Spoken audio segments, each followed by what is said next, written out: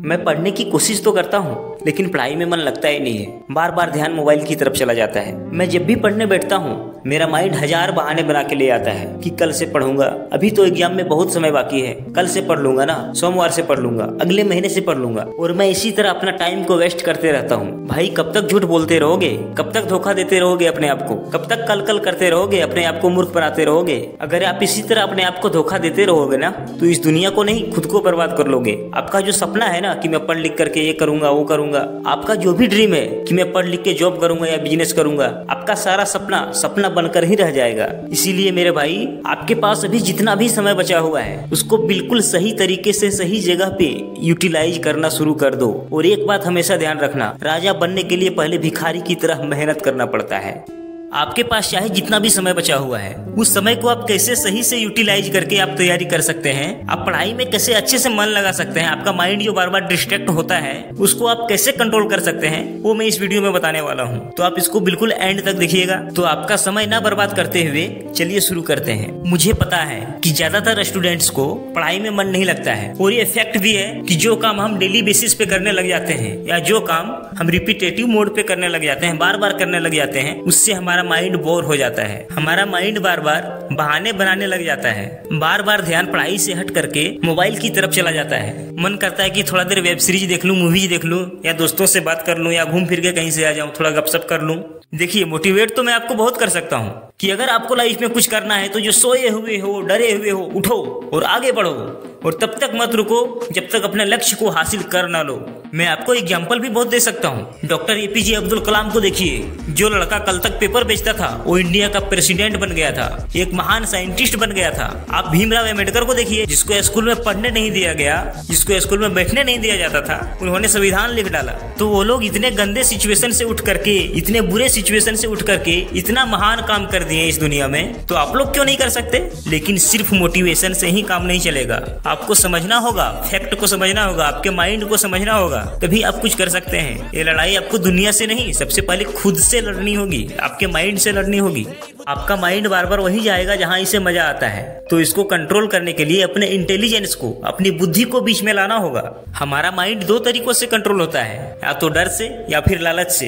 तो आपको ये बारीकी से समझना होगा कि आप जो मोबाइल पे देखते हो, वेब सीरीज देखते हो, चाहे क्रिकेट देखते हो, चाहे मूवीज देखते हो, तो आपके स्क्रीन पे जो प्लेयर या एक्टर दिख रहे हैं, क्या आपके तरह वो लोग भी टाइम पास कर रहे हैं, या पहले वो कभी टाइम पास किए हैं? अगर वो टाइम पास किए होते, मोबाइल पे वीडियोज देख रहे होते, अपना टाइम को बर्बाद कर रहे होते, तो शायद वो इस लेवल तक नहीं पहुंच पाते। एग्जाम्पल आप किसी का भी ले लीजिए, चाहे वो सचिन तेंदुलकर हो, चाहे अमिताभ बच्चन हो, वो लोग आपके तरह टाइम पास नहीं करते हैं, ना ही कभी किए हैं। वो लोग अपने लक्ष्य पे, अपने करियर पे हमेशा काम किए हैं। तो अगर आपको भी उस लेवल तक पहुंचना है, तो आपको भी पढ़ाई पे ध्यान देना ही होगा, अपने करियर पे ध्यान देना ही होगा। दूसरा कोई ऑप्शन नहीं है मेरे भाई। आप अपने लाइफ में जो भी करना चाहते हैं, जो भी बनना चाहते हैं, जो लोग वो काम को कर लिए हैं, जो अपने लाइफ में सक्सेसफुल हो चुके हैं, उनको आप अपने आइडल बना सकते हैं। फॉर एग्जाम्पल, अगर आपको जॉब करना है पढ़ाई करके, तो सोचना ही है तो बड़े सोचते हैं ना, तो फिर सुंदर पिचाई का फोटो आप अपने रूम में चिपकाइए। हमको सुंदर पिचाई जैसा बनना है, उनके लेवल तक पहुंचना है। और अगर आप बिजनेस करना चाहते हैं तो इलोन मस्क का चिपकाइए। सोचना ही है तो बड़ा सोचिए ना, छोटा क्यों सोचना है? और अगर आपका सोच अपना एक प्राइवेट जेट लेने का है, तो आप फॉर्च्यूनर तो ले ही लोगे मेरे भाई। तो ये तो होगा आपका रिवॉर्ड, यानी आपको किस तरह से अपने माइंड को लालच देना है। और दूसरा तरीका है फियर। वो क्या है? आपके अगल बगल में ऐसे बहुत से लोग होंगे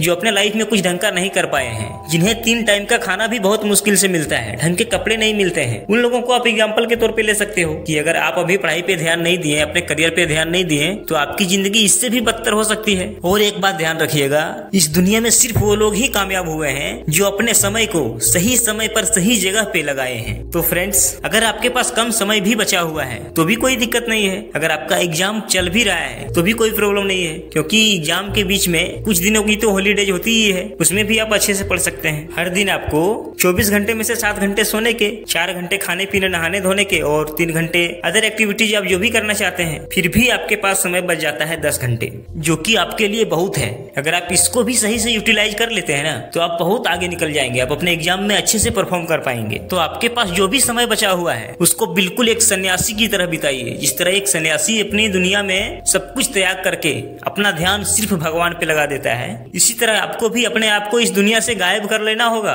और अपना ध्यान को सिर्फ अपने करियर में, सिर्फ अपने पढ़ाई में लगा देना होगा। तभी आप अच्छे से परफॉर्म कर सकते हैं और अच्छे नंबर ला सकते हैं। और अगर आप हर दिन 10 घंटे अपने करियर पे फोकस कर दिए, अपने पढ़ाई पे फोकस कर दिए, तो आपका जो भी सपना है, जो भी ड्रीम है, वो गारंटेड फुलफिल होगा। जरा सोचिए, इस दुनिया में जो लोग भी कामयाब हुए हैं या होने वाले हैं, उनमें और आप में क्या फर्क है? कुछ भी फर्क नहीं है भाई। फर्क है तो सिर्फ एक ही चीज का है, मेहनत। मेहनत करते जाइए, आपको सक्सेस आपकी कदम चूमेगी। तो आज के लिए इतना ही, मिलते हैं अगले वीडियो में। तब तक के लिए जय हिंद, वंदे मातरम।